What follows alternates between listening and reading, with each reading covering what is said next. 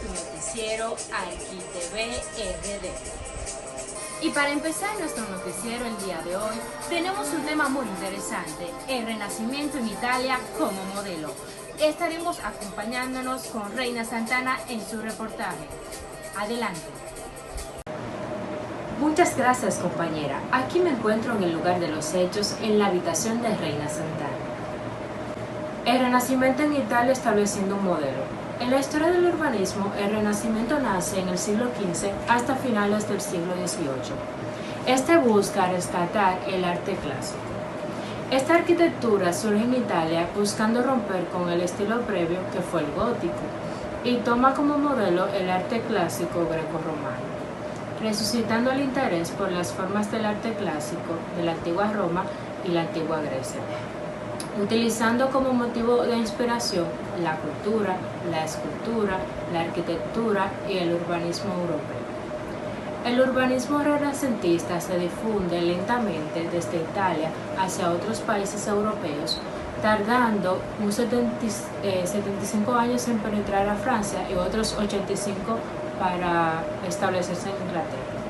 Además, dos conceptos básicos de esa época eran el clasicismo y el humanismo. A través del clasicismo, los hombres del Renacimiento miraban hacia el mundo grecorromano como modelo para su sociedad contemporánea siguiente. Sus ideales de belleza en perfección tratando de concentrarse. El urbanismo deja atrás el teocentrismo medieval para entrar en el antropocentrismo, iniciando la Edad Moderna. El hombre entonces comienza a ser el objeto central de toda manifestación artística. En el espacio renacentista, al contrario que el gótico, el edificio no dominaba al individuo, sino que éste reflexionaba sobre su especialidad y la trataba de manejar. El desarrollo del Renacimiento en las artes plásticas estaba estrechamente vinculada a la expansión del urbanismo literario y científico. Los artistas renacentistas procuraban mantener una imagen erudita y literaria. Además, los ideales clásicos fueron estudiados y plasmados de forma tal que se originaban los tratados clásicos de la época, que además buscaban valorar la figura del arquitecto. El Renacimiento tuvo sus orígenes en Florencia, donde se podía observar unas condiciones sociales determinadas. Esta coincidían con la especial naturaleza del país y de sus habitantes. Dicha situación social se caracterizaba por ser ciudad-estado, inmensamente ricas y poderosas, en las que las familias diligentes ejercían a la vez un activo mecenazgo sobre las artes. Italia nunca recurrió al estilo gótico de la arquitectura, esencialmente el nórdico, con demasiado entusiasmo, sino que este país poseía grandes e impresionantes restos romanos y aún estos estando en condiciones de ruina. Un factor fundamental en la discusión del Renacimiento fue el desarrollo del empleo. Además, ya que estamos hablando del Renacimiento y del urbanismo, ¿por qué no hacer una encuesta? Aquí me encuentro en la autopista de San Isidro para realizar una encuesta a Josefina, quien es estudiante de arquitectura en la Universidad Autónoma de Santo Domingo y principalmente sabe algunas informaciones del urbanismo en la época del Renacimiento, que quizás no sepas tú. Oye, nada, y ya como han dicho, soy estudiante de arquitectura en la Universidad Autónoma de Santo Domingo. Actualmente soy estudiante de urbanismo 1. El urbanismo en el Renacimiento. Este es muy conocido ya que este es muy marcado, teniendo un aumento de la extensión de la población en las ciudades europeas. Existen o se pueden notar distintas ciudades como es la población de Londres. Este tuvo un aumento significativo ya que creció desde 50.000 habitantes en el 1530 hasta 225.000 en los primeros años del siglo XVII. Por otro lado está Roma, que representa probablemente el cambio más acentuado, ya que este pasó de 17.000 habitantes estimados hacia el 1370 a unos 124.000 según investigaciones. Además se pueden distinguir 5 amplios cambios en el planeamiento urbano del Renacimiento. Uno de ellos es el sistema de fortificación, el segundo está generación de zonas de la ciudad mediante la creación de nuevos espacios públicos y calles conexas a ellos. También está la reestructuración de ciudades resistentes mediante la apertura de una nueva red de calles principales. Estos se prolongan en vías comerciales, generando fuertemente procesos de urbanización. Además, la anexión de vastos barrios nuevos, normalmente con fines de residencias o residenciales. También existe el trazado de nuevos, de un número limitado de nuevas ciudades. El diseño y construcción de sistemas de fortificación tuvieron un efecto decisivo en la forma y las condiciones sociales de muchas ciudades del continente europeo. Los urbanistas del Renacimiento disponían de 3 principales elementos de diseño, en la cual está la calle principal rectilínea, también están los varios trazados de retícula y centros espaciales, como las plazas. Estos evolucionaban o se fusionaban a veces entre sí para crear un plan compuesto, aunque frecuentemente se aplicaban de un modo tanto inconexo. Estas fueron las palabras de la estudiante de la Universidad Autónoma de Santo Domingo, un poco sobre el urbanismo en el Renacimiento. A continuación, seguimos con el Renacimiento y el Barroco.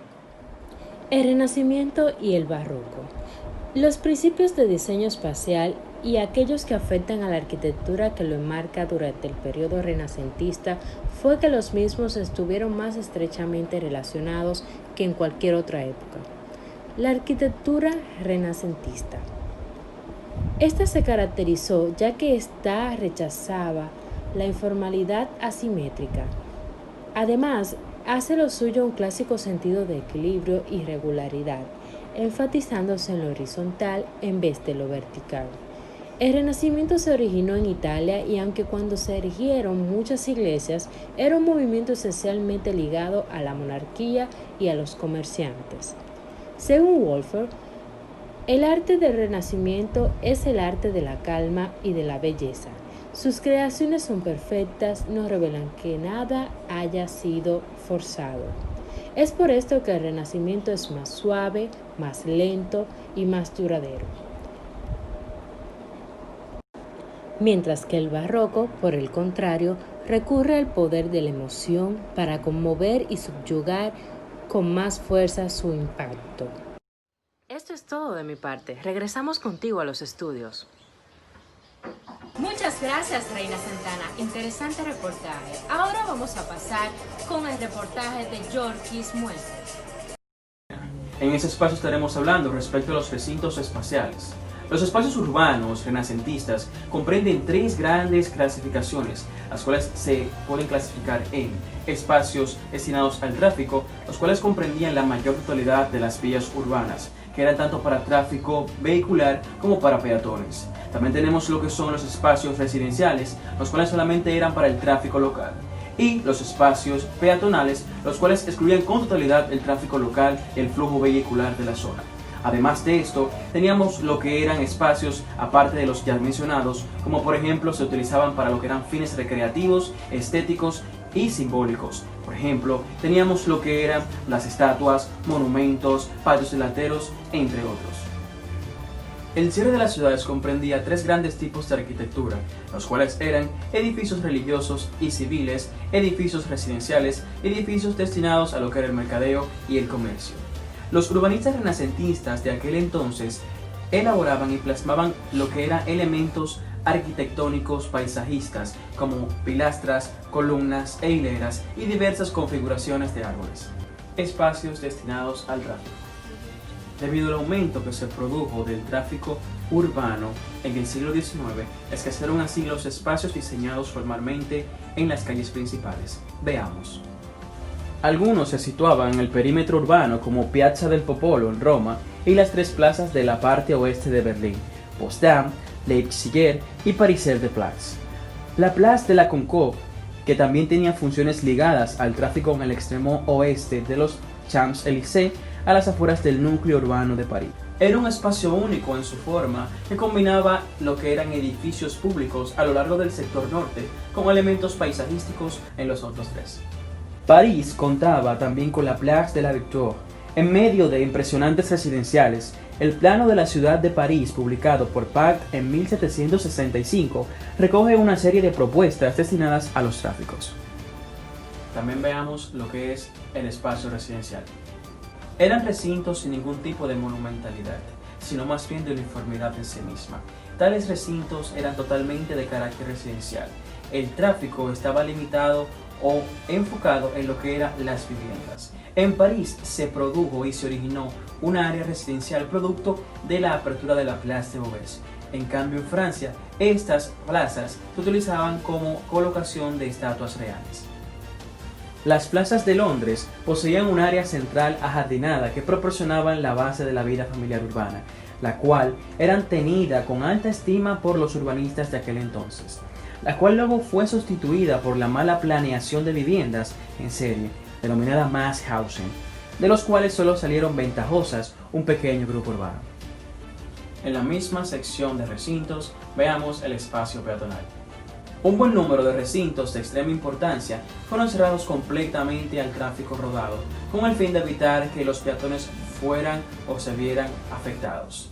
La mayoría de estos recintos servían de patios delanteros o áreas de circulación pública, que estaban ubicados en secciones como áreas de la realeza, religiosos o civiles. Los ejemplos más importantes son italianos. Dos de ellos se encuentran en Roma: la Piazza San Pietro, en la que en la fachada oriental de la iglesia domina el espacio cercado por la columnata, y la Piazza de Campidoglio, de Miguel Ángel, donde dos edificios de diseño idéntico forman los dos lados del patio frontal al que se abre el Palacio del Senado. Venecia, también tenemos por acá, única ciudad fundada sobre las aguas, que posee la incomparable Piazza San Marco, delimitada por edificios que desempeñan funciones cívicas, comerciales y religiosas. En esta parte estaremos hablando respecto a los diseños urbanos. Antes de que el estilo renacentista pudiera establecerse de manera completa, la nueva modalidad de impresión permitió que los diseños y las técnicas de aquel entonces pudieran ser plasmadas, es decir, ya no era necesario esperar a que un edificio estuviera construido para poder conocerlo y que tuviera influencia entre otros, sino más bien, con esa nueva modalidad, los urbanistas por primera vez tuvieron la capacidad y la facilidad de plasmar sus teorías y ponerla a disposición de los demás. Esto sucedió en una etapa muy afortunada para Italia, ya que en dicho entonces estaba heredando su pasado imperial, el cual dio como resultado la planeación de dos únicos planos urbanos, los cuales se llevaron a cabo y fueron utilizados. Así las ciudades comenzarán a promover los espacios públicos como calles, plazas, catedrales y un sinnúmero de espacios públicos más, los cuales conectaban y que se compartían entre sí, para determinar lo que era una nueva vida dentro de las fortificaciones en la época del Renacimiento. Y es así como llegamos a la ciudad del Renacimiento, a la ciudad fortificada del Renacimiento, la cual en ese entonces deseaba proteger la ciudad. Desde las ciudades medievales, el uso de las murallas era predominante, de carácter militar y para proteger la misma. En este entonces, en el Renacimiento, no fue la excepción, ya que también lo utilizaban para lo que era generar ingresos al gobierno mediante el cobro de impuestos a los mercaderes que llegaban a las puertas de la ciudad. En esta grandes muros que cubrían la ciudad, había una vida y una buena vida urbana, lo cual estaba constituida por lo que eran castillos, hospitales, mercados, barrios, viviendas, palacios y un sinnúmero de espacios públicos y privados más. Un claro ejemplo de transición entre lo medieval y el Renacimiento es la ciudad de Florencia, en Italia. Al principio vivió un transcurso de altos y bajos en el crecimiento de su espacio durante la caída del Imperio Romano y el periodo carolingio. Con la aparición de las órdenes mendicantes de orden religiosa católica limosnera, se revalorizaron los edificios religiosos existentes y se construyeron otros nuevos, denominados monasterios, fuera de las murallas, alrededor de los cuales crecían nuevos núcleos urbanos que quedarán encerrados en las sucesivas ampliaciones de los muros. Vitruvio. Vitruvio fue un arquitecto que desarrolló su labor en Roma de Augusto, el cual se afirma que encontró una Roma de ladrillos y dejó una Roma de mármol. Vitruvio escribió cientos de ensayos sobre teorías y técnicas de la arquitectura y sobre aspectos afines a la ingeniería civil. Estos libros son conocidos como la compilación de Vitruvio de arquitectura. El descubrimiento de este aumento de maneras considerables y con mucha notoriedad en el campo de arquitectura, el urbanismo y las artes. La favorable influencia que tuvo de arquitectura no ha cesado en el paso de los tiempos. En este libro, Vitruvio establece los fundamentos que se deben de tomar en cuenta en el diseño de las poblaciones. Sus ideas no estaban ilustradas por un plano real. De lo que se tiene conocimiento es que los romanos no pusieron en práctica ninguna de las ideas de Vitruvio, ni en campamentos ni en zonas militares, por lo que el plano de Vitruvio era un plano teórico de una ciudad ideal. Alberti. Este arquitecto consignó en sus escritos de forma más completa lo que fue su filosofía arquitectónica, en vez de lo que era la idea del diseño urbano y también de lo que es el planeamiento del mismo. Claro está, tomó en cuenta lo que era la planta centralizada con calles radiales, que era un tema que él tomaba mucho en cuenta y creía en ella, y que fue un tema que se iba a desarrollar por teóricos posteriores. Muchas gracias, Jorges Mueces. Proseguimos con el reportaje de Isaí Muñoz. Sí, muchas gracias, Reina. Reportando desde la habitación de una de las ciudades más emblemáticas de Italia. A continuación tenemos los huertos urbanos, suelo rústico muy parcelado, situado al borde de las ciudades, destinado a la práctica de cultivo. Estas personas no agricultores, pero realizaban esta práctica como una forma productiva de aplicación de su tiempo libre. Los huertos urbanos son entendidos por los planificadores y gestores de ciudad como un equipamiento más y sigue la idea de acercamiento de la ciudad al campo. Imagen de la ciudad. Representación, apariencia o figura que puede generar una ciudad o una parte cualquiera de la misma. De este modo, ha comenzado a utilizarse los mapas o planos mentales. El mapa mental traduce con bastante precisión nuestra imagen de la ciudad y ha sido empleado para estudiar las nociones subjetivas de la realidad urbana dentro de los planos mentales. Siempre suele identificar los hitos urbanos, elementos fundamentales de referencia en la percepción de la ciudad y su exterior. Incentivos territoriales. Estos se realizaban debido a la baja población y conservación de los pobladores del lugar, y de esta manera fomentar su producción y la permanencia del lugar, mediante apoyos, ayudas públicas, generalmente con el objetivo de corregir desequilibrios territoriales. Información urbanística. Esta documentación recogida, elaborada y sistematizada durante la fase de avance de plan. Esta información suele acompañarse de un diagnóstico y una serie de objetivos sectoriales. Incluye generalmente estudios geológicos, geomorfológicos, de clima, recursos hidráulicos, vegetación y fauna, la capacidad agroecológicos de los suelos, de erupción, el hábitat rural, los elementos de interés histórico artístico, yacimientos arqueológicos, bienes de interés etnográficos, unidades de paisajes y crecimiento urbano, análisis y prospectiva de la población, evaluación de equipos, espacios libres, infraestructura básica y afección presente en territorio, objeto de planteamiento, entre otros. Infraestructura urbana.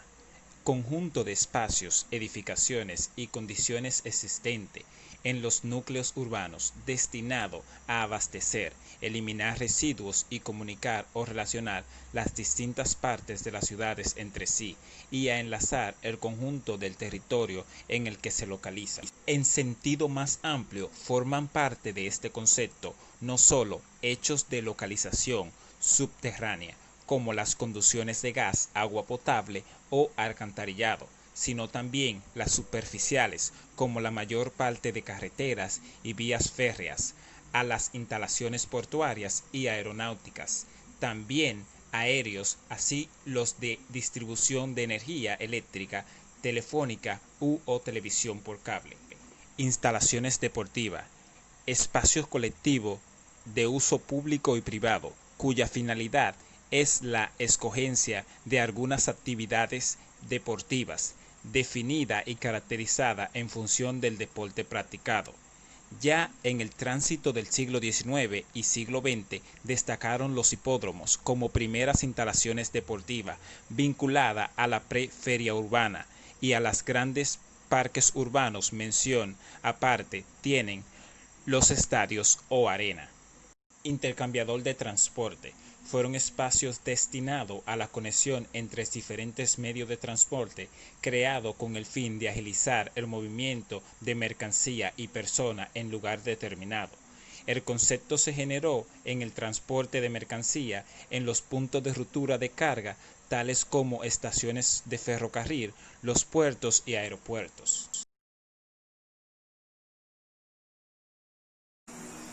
Es importante conocer que la intermodalidad, regulación de las relaciones entre modos de transporte, se trataba de un recurso utilizado cada vez más en los desplazamientos de mercancía y de personas en una situación marcada por la mundialización de la economía y la proliferación de viajes que implica largos recorridos a través de carretera, ferrocarril, fluvial, aérea o marítima.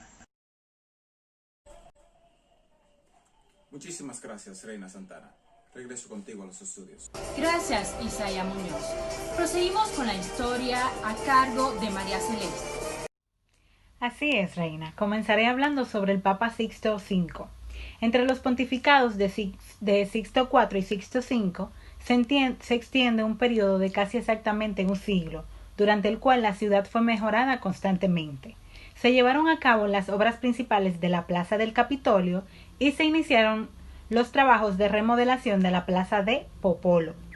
Pero la forma final de la Roma del Renacimiento se lo debe casi todo al pontificado de 5 años del Papa Sixto V, 1585-1590. En un lapso de tiempo relativamente breve, el Papa Sixto V llevó a cabo un amplio programa de obras de la mano del arquitecto urbanista Domenico Fontana. Su programa se basaba en 3 objetivos prioritarios.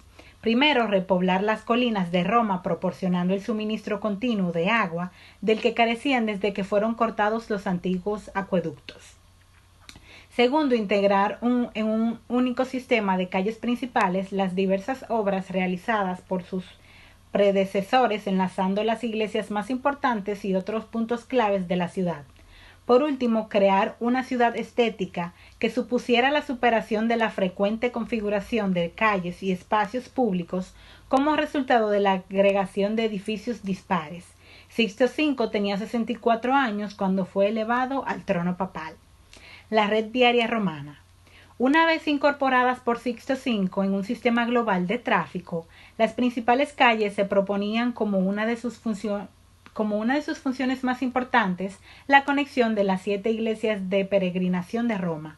Con ello se realizaba la ambición de Bonifacio VIII, anunciada 300 años antes de hacer de Roma una capital digna de la cristiandad. Sixto V, sin embargo, no estaba interesado únicamente en facilitar el ceremonial religioso. Era perfectamente consciente del papel que podían jugar las nuevas calles en la generación de un crecimiento de población en los barrios, deshabitados en su mayor parte, si bien climáticamente favorables, de las zonas este y sudoeste de la ciudad. En este aspecto, su contribución a la reconstrucción de Roma ha sido tergiversada por numerosos historiadores del urbanismo. Por otra parte, las condiciones ambientales. Sixto V se mostraba también preocupado por mejorar las condiciones de higiene de la ciudad. Además de aumentar el suministro de agua potable, creó un servicio de carros de basura para la recogida periódica de residuos domésticos, perfeccionó el sistema de alcantarillado y construyó lavaderos públicos. Si bien su programa de inversión pública proporcionó trabajo a miles de hombres, no consiguió resolver el problema de desempleo crónico que padecía Roma. De acuerdo con esto, en el último año su pontificado emprendió un ambicioso plan consistente en convertir el Coliseo en una hilandería de lana, con talleres en planta baja y alojamientos para los obreros en las plantas superiores. Cuando le sobrevino la muerte, había empezado ya la excavación del terreno y las obras de nivelación de la calle. Se dice que si hubiera vivido un año más, se habría convertido en la primera colina obrera y en la primera unidad manufacturera a gran escala. La obra de reconstrucción de Roma no concluyó con Sixto V. Muchos ejemplos importantes en la historia del urbanismo fueron llevados a cabo en años posteriores. Por otra parte, debe señalarse que únicamente en época reciente ha alcanzado Roma las cotas de población de la antigüedad. A lo largo de todos los siglos del Renacimiento fue tan solo una pequeña fracción de su antiguo tamaño, con una población aproximadamente de 35.000 habitantes en 1458 y 124.000 en 1656. La colonia del Capitolio, la más conocida de las 7 colinas de Roma, era la sede del Senado, cuerpo gubernativo de la Roma antigua y santuario religioso de la ciudad original. Como resultado de la destrucción de edificios antiguos entre los siglos 8 y 12, el mercado, y con él la sede del prefecto de la ciudad, fueron trasladados desde el Forum Oliforium al Capitolio, convirtiéndose por ellos en el centro político de la Roma medieval. Se tiene noticia de la existencia del Palacio del Capitolio, más tarde Palazzo Sanatorio, en su presente emplazamiento desde 1145, siendo reconstruido posteriormente en el año 1299 y siguientes, en forma de ayuntamiento medieval, una plaza fuerte de señor feudal que vivía del robo, con torreones en sus esquinas y parapetos y una gran torre central. En los primeros años del siglo XV, el Palacio del Capitolio estaba en un estado tan ruinoso que las autoridades municipales se vieron obligadas a celebrar sus sesiones en la iglesia de Santa María, que había sido construida en 1290 a pocos metros de allí, hacia el nordeste. En 1429, Nicolás V, como parte de su programa de mejoras, convirtió un edificio existente situado justo al lado del Palazzo Sanatorio hacia el norte, en Palacio del Conservatorio. Este edificio fortificado de diseño medieval y el Palacio del Capitolio formaban ángulo agudo en sus esquinas más próximas. El Capitolio, no obstante, era un lugar tan desordenado como tantos otros en Roma. La célebre colina carecía de configuración alguna. Muchas gracias a María Celeste, nuestra compañera, por un tremendo reportaje. Proseguimos con el último reportaje a cargo de Ana Germán. Muchas gracias, Reina. Y sin tiempo que perder, vamos a empezar hablando de la Piazza del Popolo, la cual está ubicada en la parte septentrional de la ciudad, entre el Tibe al oeste y la empinada ladera del Monte Pincio al este. La vía principal de acceso a la antigua Roma desde el norte atravesaba esta estrecha área entre el río y la colina. La remodelación del área de la Piazza del Popolo para convertirla en una entrada a la ciudad más impresionante se inició en el 1516 bajo León X, pero se terminó su forma actual 300 años más tarde. Y ya continuamos con lo que es la Piazza Navona. Ok, las casas, palacios e iglesias en la Piazza Navona se adaptan exactamente al trazado del estadio construido por el emperador Domiciano. Pero la organización espacial de la plaza definitiva fue organizada por Benigni entre 1647 y 1651. Además, es bueno saber que una de las 3 fuentes escultóricas no se agregó hasta el siglo XIX. Y no podemos continuar sin mencionar la Plaza de San Pedro. La Gran Basílica de San Pedro fue construida entre 1506 y 1626, pero estuvo falta de un patio delantero de entrada hasta 1625 o 1667. Y para continuar con la escalinata de Piazza di Spagna, los 137 peldaños que conducen a la iglesia de Santa Trinità dei Monti desde la Piazza di Spagna fueron construidos entre 1721 y 1725 por Alessandro Specchi y Francesco de Santis.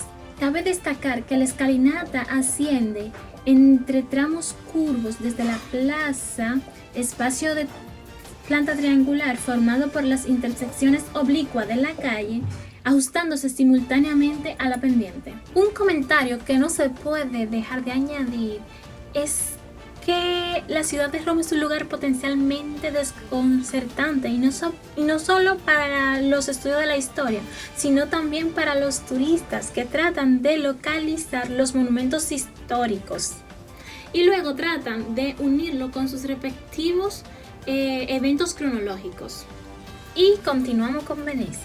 Venecia, al igual que la antigua ciudad de Roma, tiene asimismo una fecha de fundación mística. Venecia se fue convirtiendo relativamente en una de las mayores potencias, capaz de sacar pleno beneficio de su situación estratégica. Y para nuestra sorpresa, en el siglo XX Venecia dejó de ser una isla, porque se encuentra unida a tierra firme por la vía del ferrocarril de unos 2.750 metros de longitud, inaugurada en 1846, y una autopista construida en 1931. Cabe mencionar que aquel canal con una longitud de más de 3 kilómetros es la única vía fluvial importante de Venecia. La anchura máxima es de 70 metros y la mínima es de 37. Y ya, para terminar y no aburrirlos, les voy a hablar un poco acerca de la Piazza de San Marcos. La Piazza de San Marcos es uno de los conjuntos espaciales más memorables de la historia del urbanismo. Esta consiste en realidad en dos plazas enlazadas. La piazza propiamente dicha, situada frente a la Basílica de San Marcos, y la piazzetta que la conecta con la orilla de la laguna. Pero la terminación definitiva de la plaza se acaba en 1810. Eso fue todo, espero les haya gustado el contenido y volvemos contigo a los estudios, Reina. Gracias por acompañarnos a todos ustedes en sus lugares y por supuesto aquí en Urbanismo 1, sección 2, a través de sus redes sociales, YouTube, Facebook y la televisión dominicana.